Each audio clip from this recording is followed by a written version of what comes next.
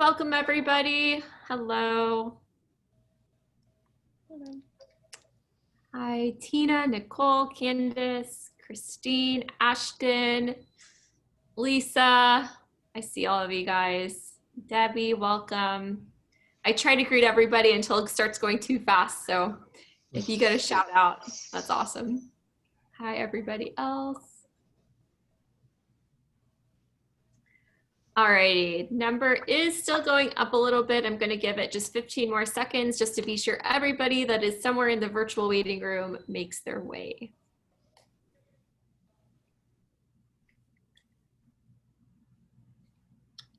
All right. Okay, I see the number kind of stopping right here, so I will go ahead and kick us off. My name is Ariel Rafu. I want to introduce you guys to TRA Marketplace 2020, the virtual online version. We're super excited to have you guys today, and thank you for streaming in. Today's session is wellness in the industry. So I'm sure you guys all came for a dosage of wellness, and here you are. I do want to remind everybody that if you have any questions, feel free to ask them in the Q&A button right below, or the chat box, either or, and we will get to it.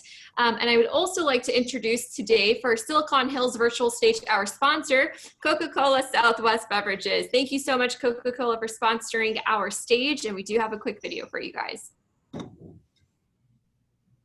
We at the Coca-Cola Company believe the health of our water sources is essential to the health of our communities, which is why we're helping to replenish the mighty Rio Grande, as well as over 30 watersheds across the country. We're also leading water projects in more than 100 communities. And for every drop we use, we're working to give one back, because our products rely on the same thing as we all do: clean water. And we care about it like our business depends on it. Take care about it, guys. Go grab a Coke from your fridge if you have one. And to kick off the session, I'd like to introduce to you guys our moderator today, Joel Rivas, who is the founder and CEO of Saint City Culinary Foundation. Thank you so much, Joel, and I will hand it over to you. Yeah, thank you so much for having me. It's an honor to be here today, and we're here today going to be talking about wellness with Chef Erin Smith of Feegis Barbecue. And Erin began her career working with Thomas Keller in New York before returning to Houston in 2010. Then in 2014, Erin became the executive chef of the JW Marriott downtown. In 2016, she competed in and won an episode of the Food Network's Chopped before opening Feegis Barbecue with her husband, Patrick. Feegis Barbecue was named one of Thrillist's best barbecue joints in America, as well as Texas Monthly's best new barbecue joints, and also best Southern barbecue joint by Garden and Gun magazine. Erin, we're so happy you're here with us today. Also joining us is Chef Philip Spear, who is the owner and chef of Commodore in Austin, Texas. Chef Philip has worked for Uchi and has had a number of awards and accolades. Chef Philip is also the co-chair for Ben's Friends in Austin, the Austin chapter, and the founder of Commodore Run Club, which is a run club specifically for people in the food and beverage industry, which has gained a lot of attention, and it's just a phenomenal group there in Austin. So welcome, you two, and thank you all for joining us today. Thanks for having us. Thank you. Yeah. So I wanted to kind of kick things off and I guess as an introduction question is wellness in the industry today has become more and more prevalent. We keep hearing more and more about it. Why do you think that it's become a growing focus in the past, 5 years in our industry? Erin, you want to? Yeah. I think the part of it is, I think a lot of chefs, as we've gone from being cooks and advanced in our careers, we've experienced personally, the effects of depression and the mental health issues that we can be plagued with in our industry. And because we're more willing to be open about it, it's a conversation that we're having that we just weren't having 10, 15 years ago. And I think as we grow in our careers and become leaders in kitchens, we're allowing our teams to feel comfortable in that space and speak openly about it. And I think we're really addressing, as an industry, we're really addressing the issue head on. And it's making a huge difference in the culture of kitchens. I mean, the mentality of a kitchen now is so different than it was 10, 15 years ago. I never would have said to my chef, hey, I'm experiencing some depression and I wanted you to know, or I'm having a lot of anxiety today. We make sure that all of our staff know that they can talk to us openly. We also let them know that we've experienced it so that they feel really comfortable, that they're not in a judgmental place, that we're really willing to accept that conversation. I agree with that. I mean, you know, we often talk about the sustainability of the food that we get and the practices that we use in the kitchens and in our restaurants, but the sustainability of us as humans and people in the industry is equally, if not more so important. And Erin's totally right. Like, there's now a conversation that's able to be had. You know, previously there wasn't. And, you know, that's coming from a white man. Like, I can't even imagine what it was like for you coming up and just feeling like you couldn't speak what you were really feeling because of how you would be judged. And those judgments are, they're slipping away, you know, with work. It takes work, it takes connection and conversation and openness. But it, you know, just the identification of the problem is such a big step, and the openness to have those conversations is getting us most of the way where we need to be, because again, so much of the issues that we have are just connection based and being heard and listened to and being able to discuss the ways that you feel, not holding on to this anxiety through your career. And as owner operators, are you seeing that it is, from that standpoint, what are some positive effects that you're seeing within, with implementing wellness and having that be something that is more widely accepted in your restaurants with your team members?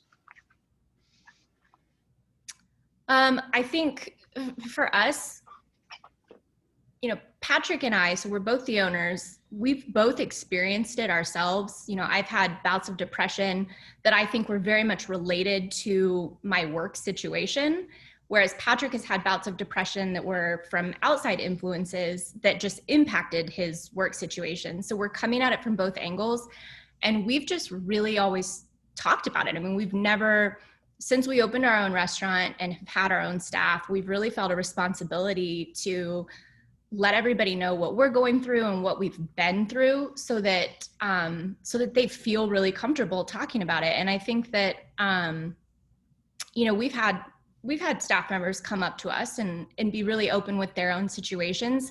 And because we had an awareness of their situation, we were able to really keep an eye out and be really mindful of it and kind of watch the amount of pressure that we would put on them. But I also just think in general, our kitchen is a really pleasant place. Like, our staff treat each other really well. I think a lot of that comes from what Patrick and I wanted. When we opened a restaurant, we didn't want to have a place that felt like hell. We really wanted a good environment. We wanted people to look forward to coming to work. And it comes from the top. And I think that our staff really enjoy themselves. And when times get stressful, it's like a good amount of stress. And we're all in it together. And we never try to isolate anybody or, you know, make somebody feel like they're not doing a good job.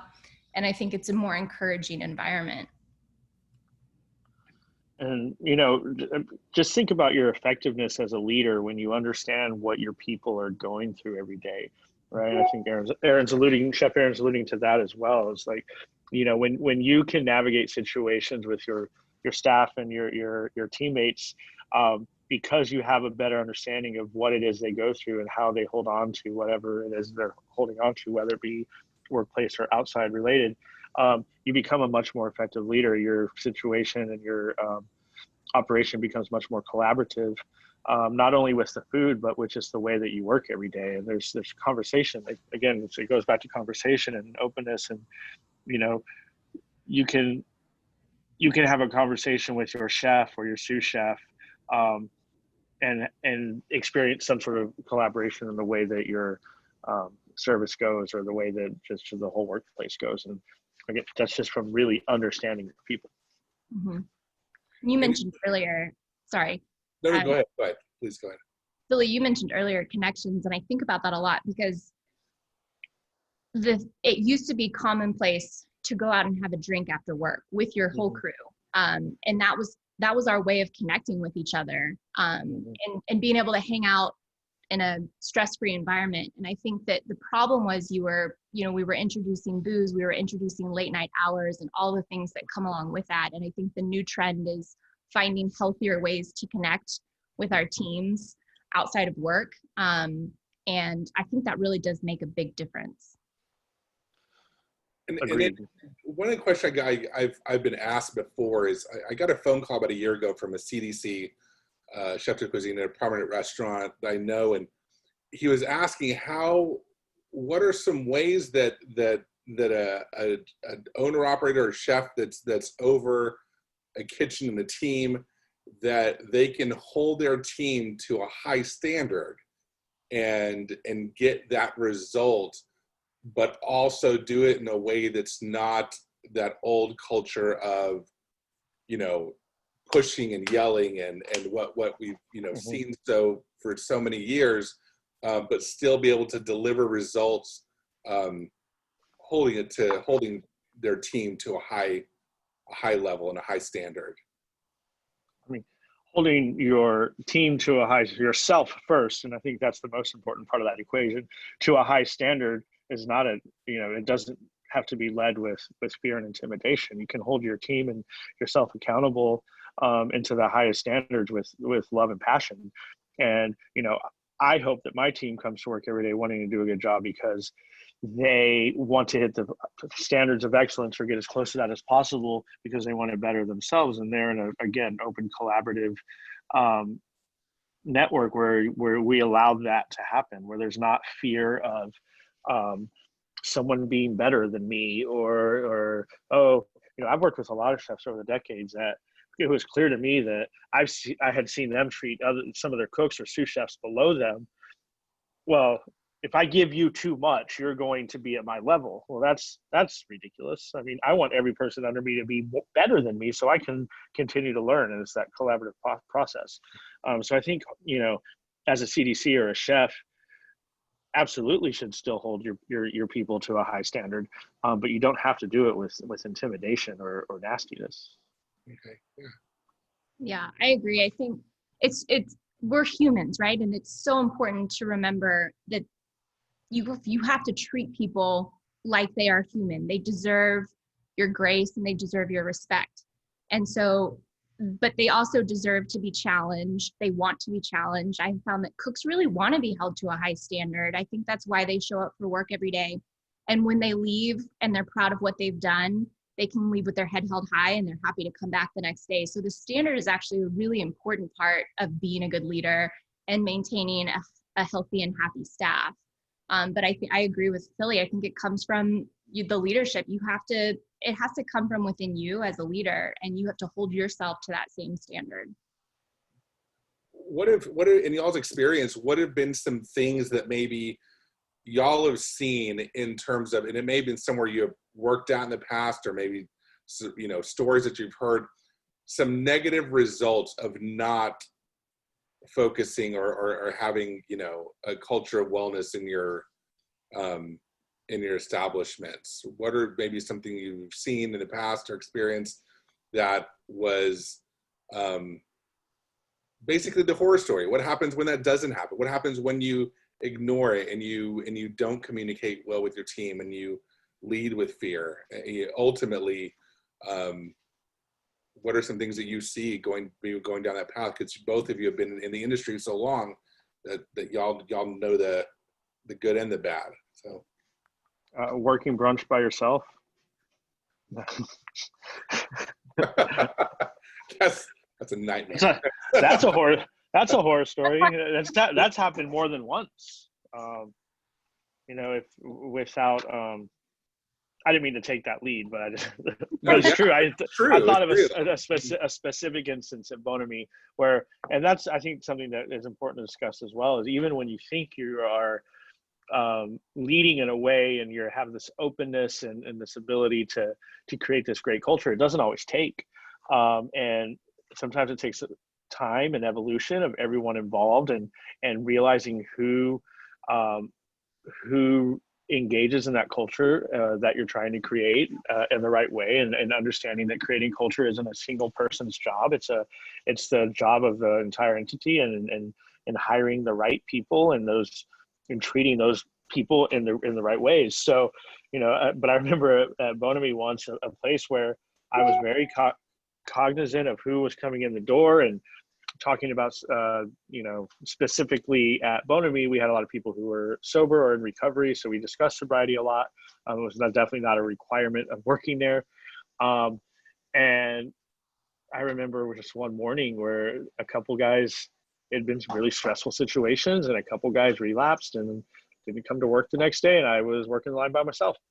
And those are the things that happen, people, myself included, go to jail, end up in the hospital, get in a fight, stay up all night, start doing these behaviors after work that leads from a very, stems from, I think it stem from all sorts of things, but the stressful work environment and the late night, congregating afterwards definitely doesn't help. But there's many, that's one like manifestation of that. There's so many ways that looks. And Aaron, I'll let you go. Yeah, I've had a full spectrum of experiences. I've had great experience and I've had really bad experiences. And the worst experience I had was a kitchen that I really worked hard to get to and was not going to leave regardless of the situation. And so I just kind of had to deal with it. But when I finally left, I left the industry. I actually did not want to work in restaurants. And it took me a year to get back into a restaurant kitchen. And I think about that experience could have changed my career forever. Luckily I was pulled back in. I moved back. It caused me to move from New York back to Houston. That's how bad it was. And then when I was in Houston, I wasn't looking for a kitchen job. And I ran into somebody who tried to hire me, and it was the owner at Plonk Bistro. And that got me back in. And I've had really good experiences in Houston, but I just think there's probably a lot of people that have that one bad experience and they leave and they won't come back. And how much talent are we losing because of a bad kitchen experience? Like, how many really good people, how many future, legends are leaving the industry because it's not an easy industry to be in. Yeah. So one thing that I talk a lot about and I know Chef Phil talks a lot about is this human sustainability, and we have a lot of owner operators that may be watching this that are asking, what are some practical things that can be implemented in a restaurant that they can do to start improving the wellness, the mental wellness, the physical wellness, and cultural wellness of the restaurant in order to sustain the teams that they have.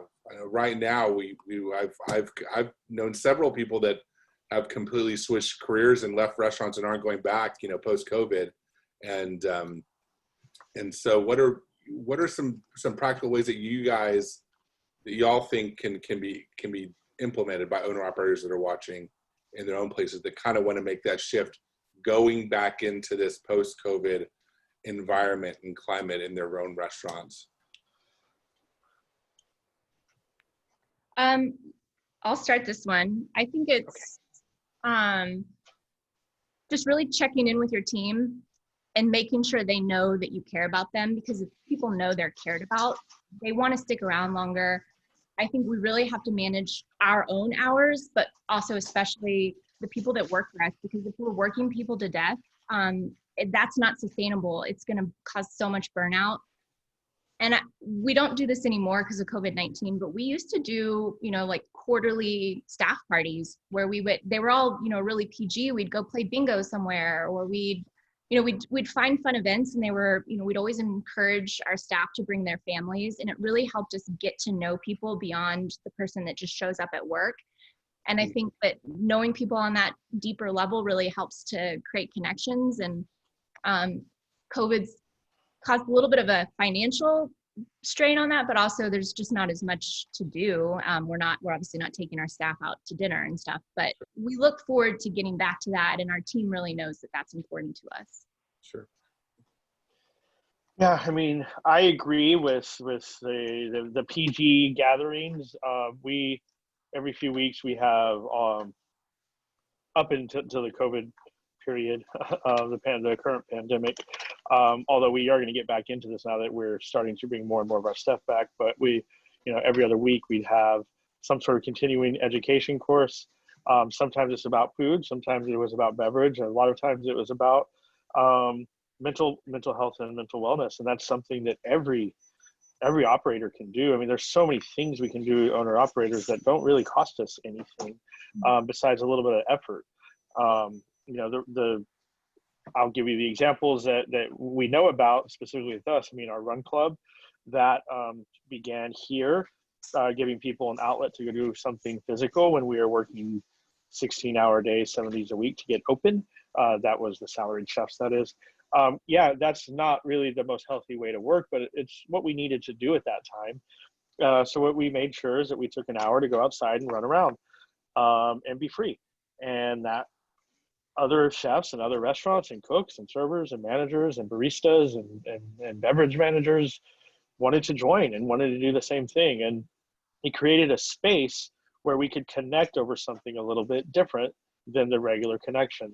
It was earlier in the day. Maybe you went home earlier, you got a little more sleep, you maybe had water after work instead of beer or booze or whatever it may have been. We added a yoga class. Most restaurants have someone in there on their staff who is good at something physical, where they can lead, train, coach, whatever you want to do, and you empower those people, right? I mean, the run club could have been a book club. It could have been a painting club. It could have been a bike club. It could have been so many things. It just happened to become a running club for us.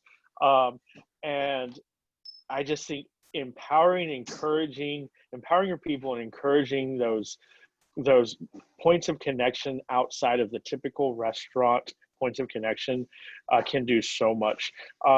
You know what? Get rid of the shift drink culture. Like, that doesn't need to happen. We don't have shift drinks at our restaurants. We don't need them. There's ways around that. And if you want to reward your staff with something, to reward them with $20 gift cards from restaurants around the area. I guarantee you, if you go and speak to some of the other restaurant owners or managers in the area, if you are near other restaurants, and it doesn't have to be restaurants, you could do some trade where you're trading $20 gift cards and giving those to your staff if they've had a successful night after work. And that is a good way to go and celebrate a great night of work, right? Why do we still have buy the kitchen a beer on menus? That's ridiculous. Also, not to mention the fact that if everyone's buying a kitchen a beer, and that's a $2 for, say 50% of the people that come in there, well, we're not buying the kitchen $400 worth of beer, right? So where's that money going? That is such a scam. Get rid of that, right? There are many restaurants now doing healthcare charges to offset healthcare for your staff. We insure our people. We have 70 employees. Not every single one of them is insured, but all full-time employees are eligible for full benefits through our company, and most of them take advantage of it. We make sure that our insurance is a carrier that allows for mental health visits as well. That's important to us.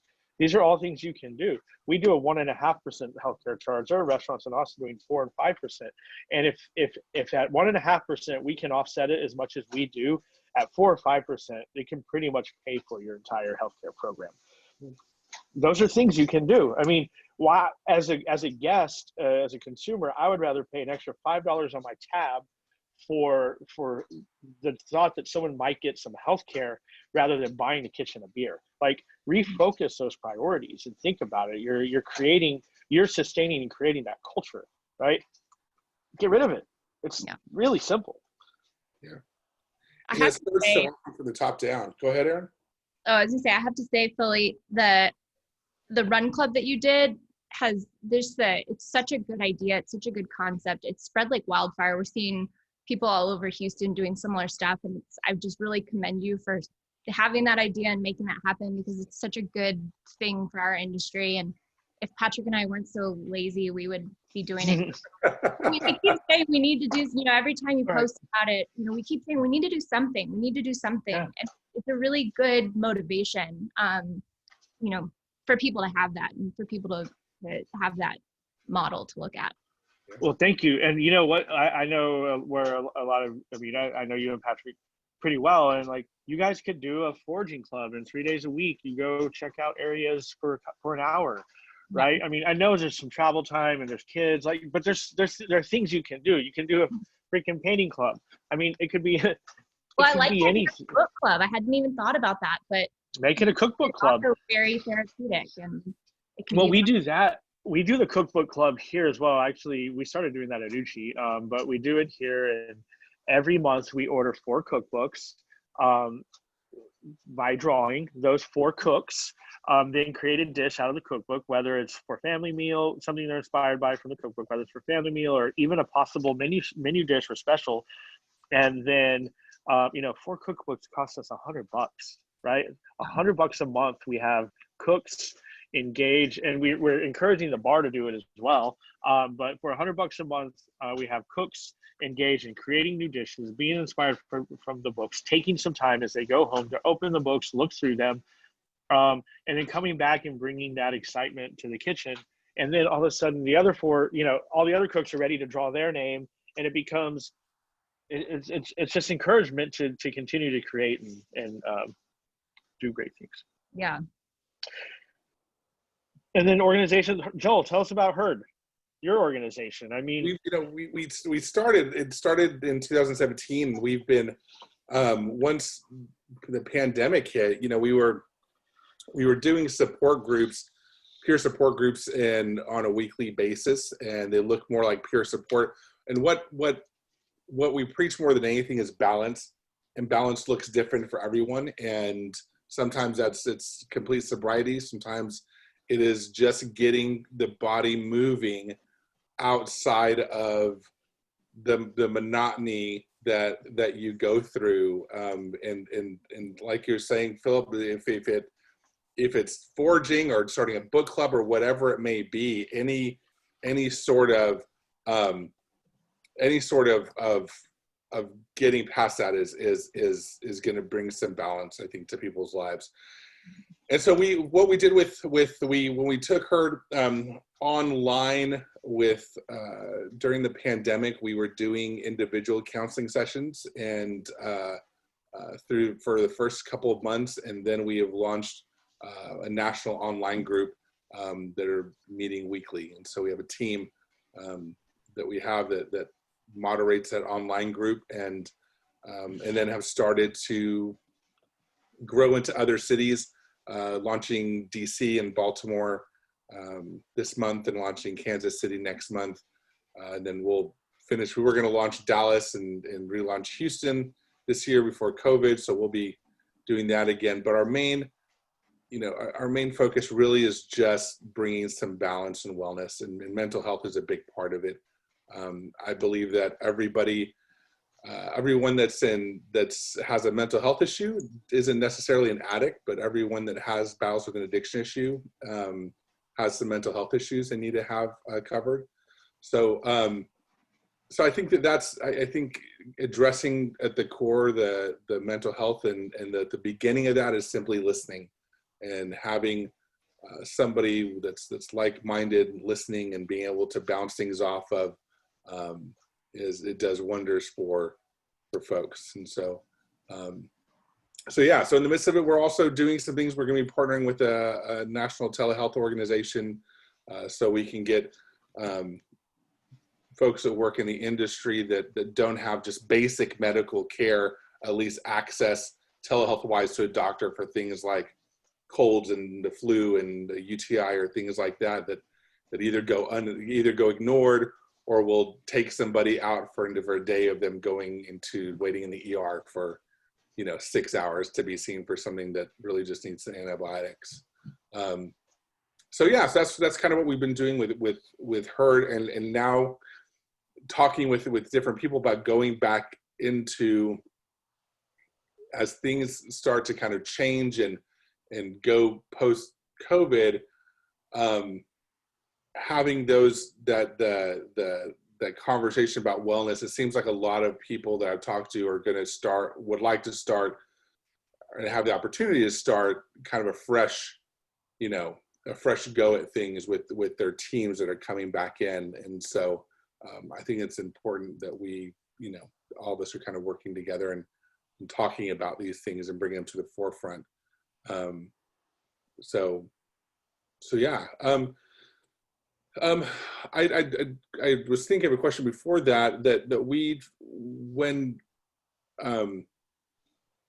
again bringing about human sustainability and in the workforce,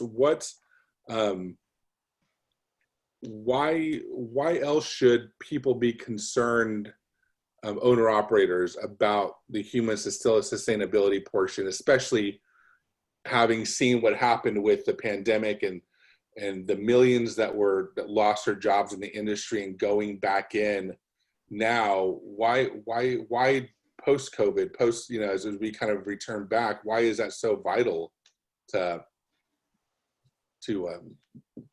the human sustainability portion of it?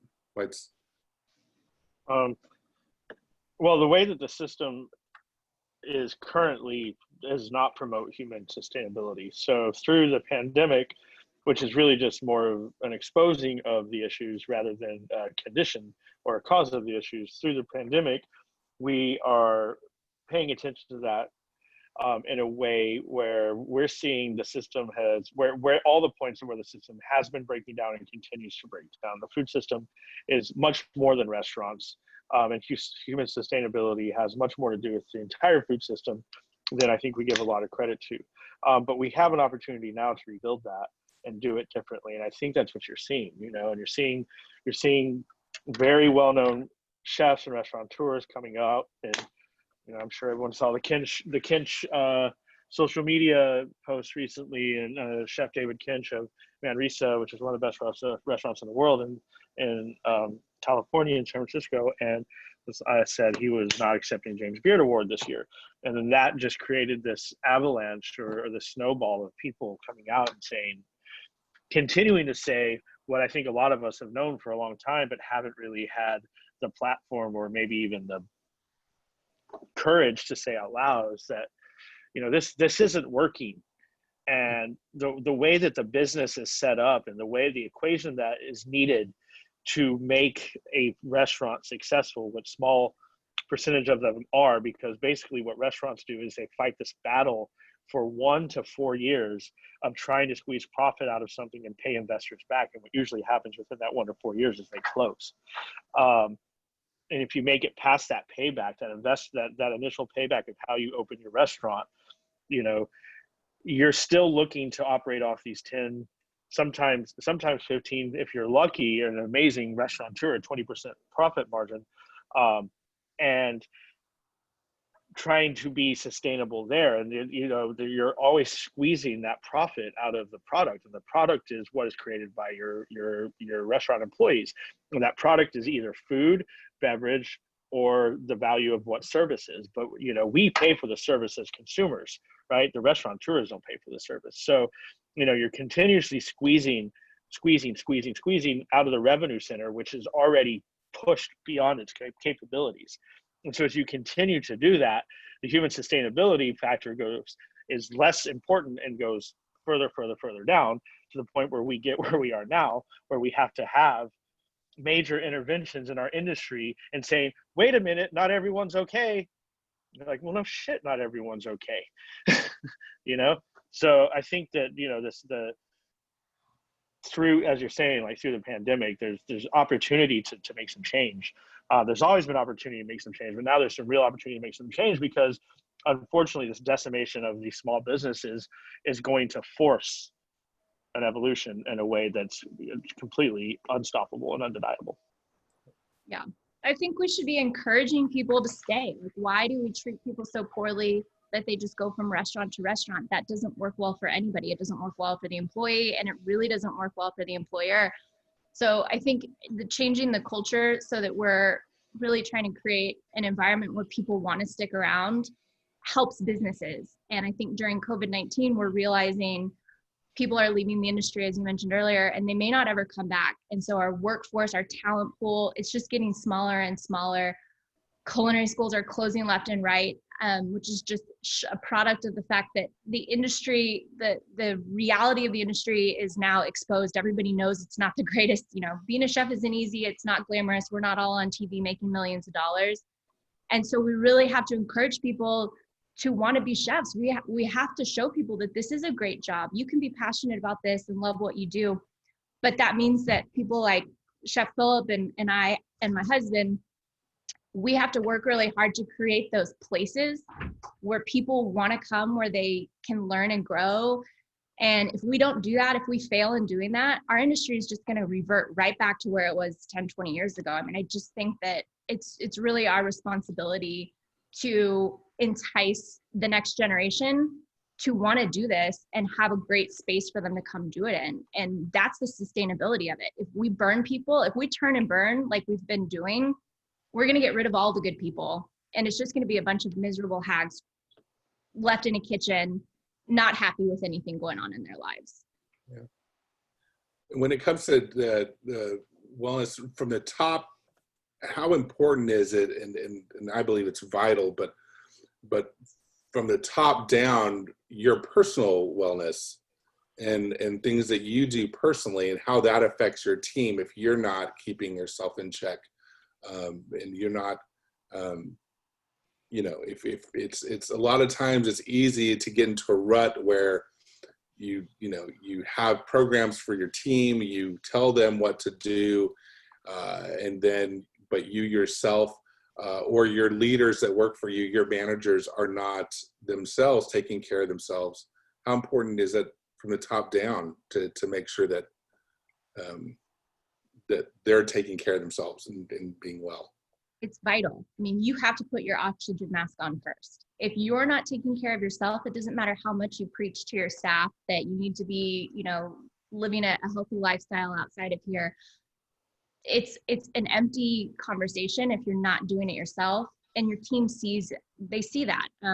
We asked our team before we came to Montana, hey guys, you know, we might do this trip. We knew about this trip a year ago. We said yes a year ago, and we thought about canceling it every day until a month ago. And our staff was like, you got to go. You guys really want this. And they were right. It's important for us to take care of ourselves and to take care of our health. And I think Philly can probably speak to this 1,000 times better than I can, because he's the living embodiment of taking care of himself and really making the changes in his lifestyle that he needed to make. Thanks, Chef. You know, it's leading by example in anything you do is the most important way to lead. And I'll always believe that. But yeah, if I'm not healthy for myself first, I'm definitely not healthy for my staff. I'm not healthy for my children. I'm not healthy for my partner. I'm not healthy for anyone. And I've lived that life of being unhealthy for everyone around me. And I've seen the detriment it causes. It's clear. I mean, I see the difference. I am blessed and grateful to have been on both sides, but also, you know, being on both sides was hard. And I prefer this side of it. And, you know, I often thought that I couldn't make lifestyle changes because it took that connection away from, I knew for many, many years I needed to change my life. And I waited to my full-on catastrophe rock bottom moment. So yes, in a way I was forced, and I'm fully open to admit that, because it's important that I realize that I was pushed to make these decisions. However, they were still my decisions to make, and I knew that if I couldn't do that for me, then I couldn't be someone in our community that could help anyone else. And that was super important to me because I was a product of it. Not a victim of it, but a product of it. I played that game, and now on this side, I can show people that, look, you can still have some success. You can still network. You can still get recognized. You can still you know that the healthy lifestyle can also bring you whatever it is you're chasing for the burn the candle at both ends lifestyle. It exists, and I hope that I can just be like, hey man, you can still be cool and not be a jack of all trades, right? Like and I really like through Bench Friends and Run Club, like, you know, I've focused on making the Run Club something that's cool, something that people look at and are like, I want to do that too, you know, because I think it's important.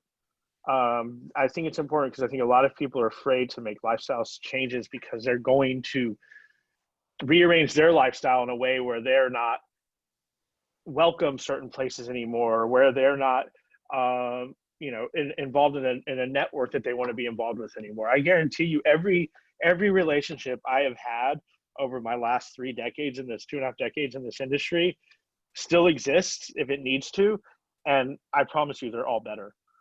I promise they are. Yeah. I think the way the industry is, especially in restaurants, there's such a tribal environment, and there's it's like a pirate ship a lot of times. And so part of that dynamic I've seen is people wanting to be accepted and by their peers. And that's just, it's a characteristic of a lot of people in the industry, because they're givers and they want to be, you know, accepted.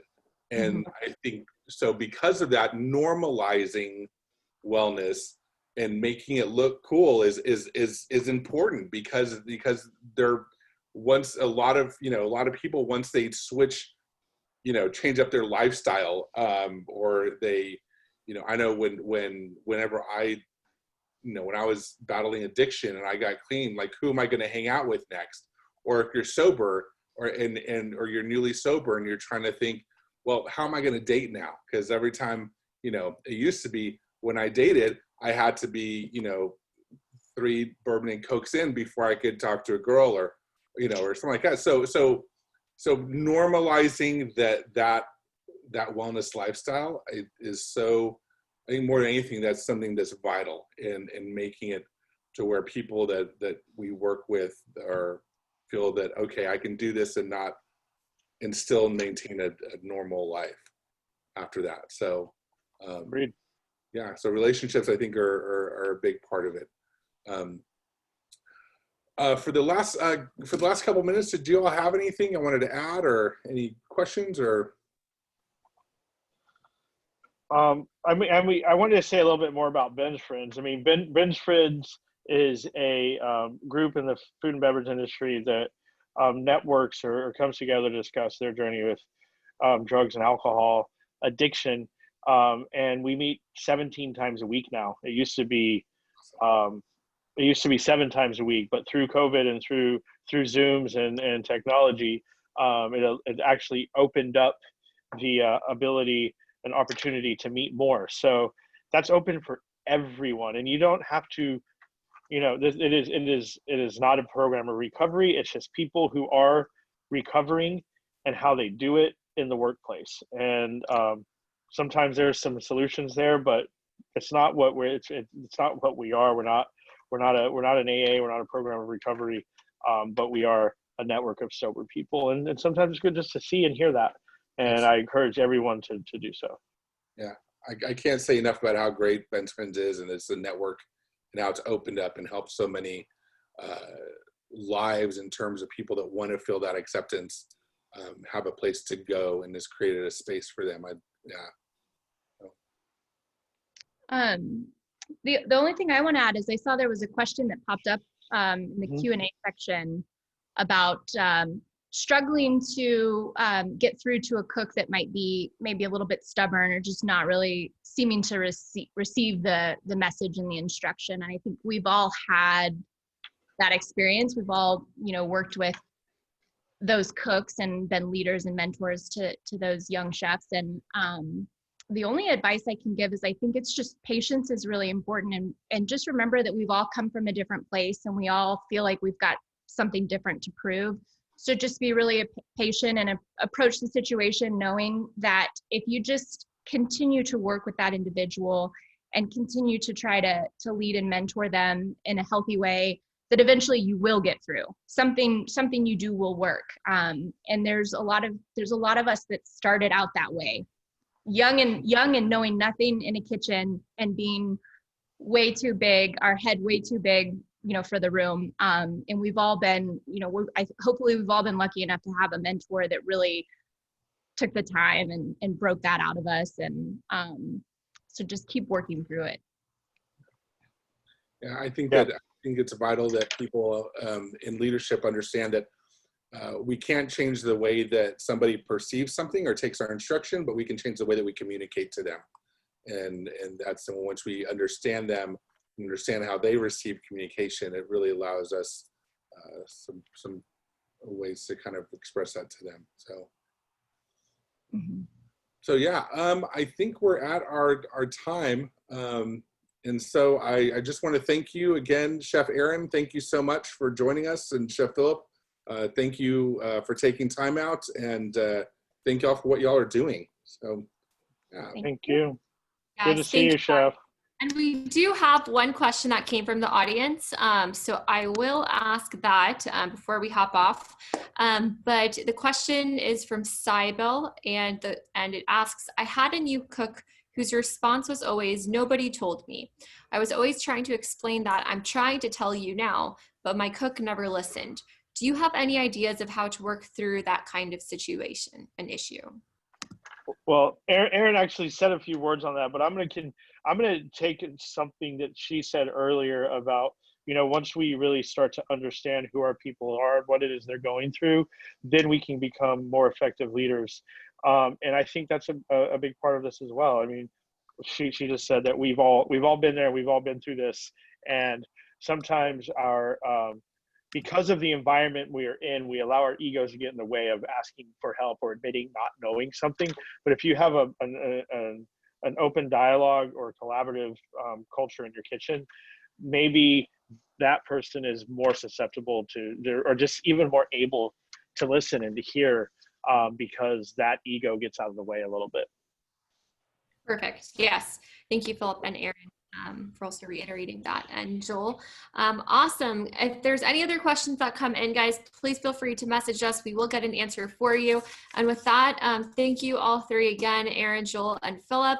It's been awesome having you guys. And tune in tomorrow on Silk on Hill stage at 9:30 a.m.